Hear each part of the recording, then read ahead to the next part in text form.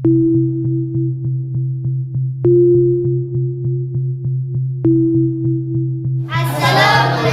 warahmatullahi wabarakatuh. Kami dari kelompok 3 ingin mempersembahkan drama kami yang berjudul Laga Warna. Saya Regil Rita sebagai Prabu Swartalaya. Saya Sidina Rahmawati berperan sebagai Ratna Purbamana. Saya Nurhusna Rahman berperan sebagai Gilang Rukmini. Saya Cerita Cahyanti berperan sebagai Rakyat 1. Saya Siti Fatimah berperan sebagai Rakyat 2. Saya Aminah Hasanah berperan sebagai Narama. Saya Teras Maria Aksa berperan sebagai penasehat dan pedagang emas. Menyaksikan. Dikisahkan pada zaman dahulu kala, di Jawa Barat terdapat sebuah kerajaan yang bernama Kerajaan Kuta Tangguhan yang dipimpin oleh raja yang arif dan bijaksana, yaitu Prabu Swartalaya dan Ratu Purbamana. Rakyatnya hidup tenang, makmur, tentram, damai, dan sejahtera. Namun sayangnya, Prabu Swartalaya dan Ratu Purbamana belum dikaruniai seorang anak. Sehingga ini menjadi kegelisahan sang Prabu Swartalaya dan Ratu Purbamana. Segala dinda dan bulan itu kalau tidak bersedih seperti ini, kami berminat bersedih. Dimana dini bidang yang sudah bertahun-tahun berumah tangga belum juga dikaruniai seorang anak.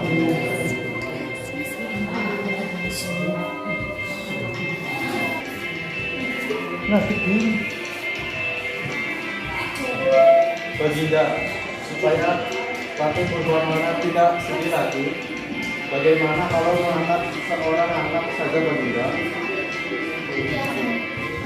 Tidak, aku tidak ingin punya anak. Angkat. Dia penasehat. Aku juga tidak setuju jika mengangkat seorang anak. Bagi kami, anak kandung lebih baik daripada anak angkat. Ratu Purbamana masih terus menangis. Segala dinda dan menangis terus. Anda akan berusaha lagi. Anda akan berbuka hutang untuk bertapa agar kita cepat dikaruniai seorang anak.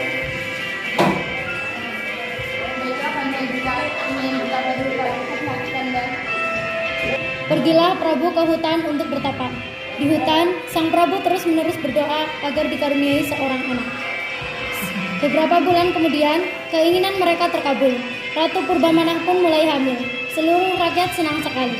Mereka membanjiri istana dengan hadiah. 9 bulan kemudian, Ratu Purbamana melahirkan seorang putri.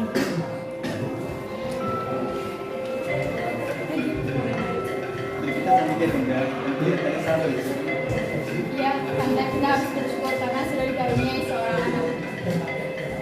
Ya dinda, putri kita juga sangat memuaskan. Bagaimana kalau kita memberi nama Rukmini? Gimana sedikit dinda? Juga setuju dan berkanda. Sesaat raja dan ratu sedang berbahagia, datanglah penasehat kerajaan.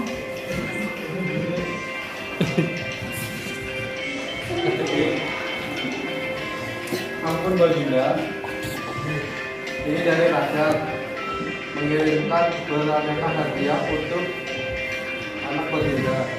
Terima kasih paman.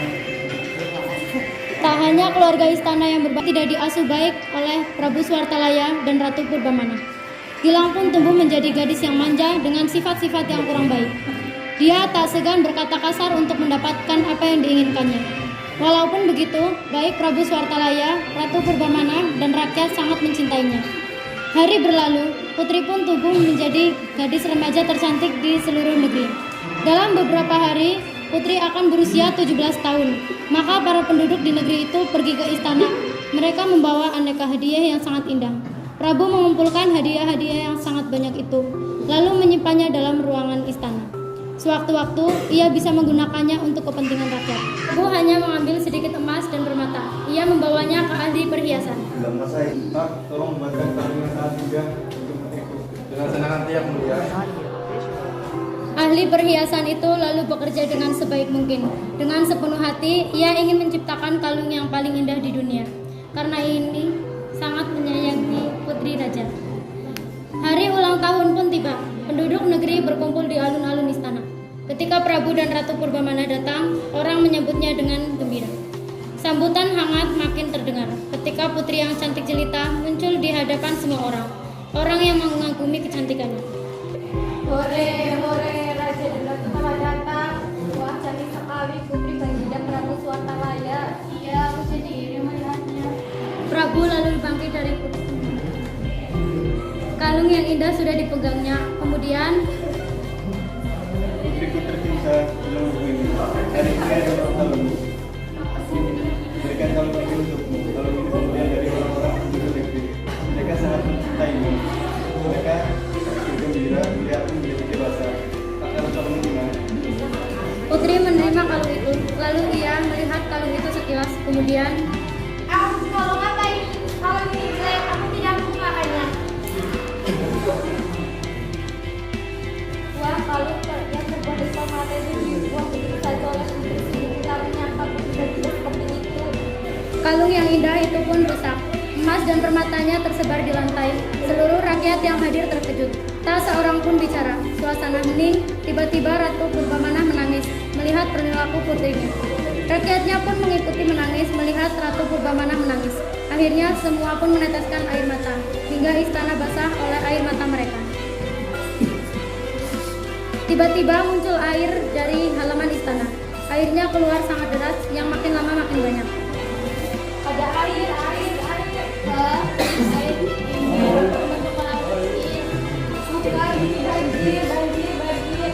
Setelah kejadian tersebut, rakyat berteriak-teriak kebingungan, panik, ketakutan, dan tiba-tiba istana pun dipenuhi air bagai danau. Lalu danau itu makin besar dan menenggelamkan istana. Kemudian terciptalah sebuah danau yang sangat indah. Nama danau itu kini dikenal sebagai Telaga Warna. Warna itu berasal dari bayangan hutan, tanaman, bunga-bunga, dan langit-langit di sekitar telaga.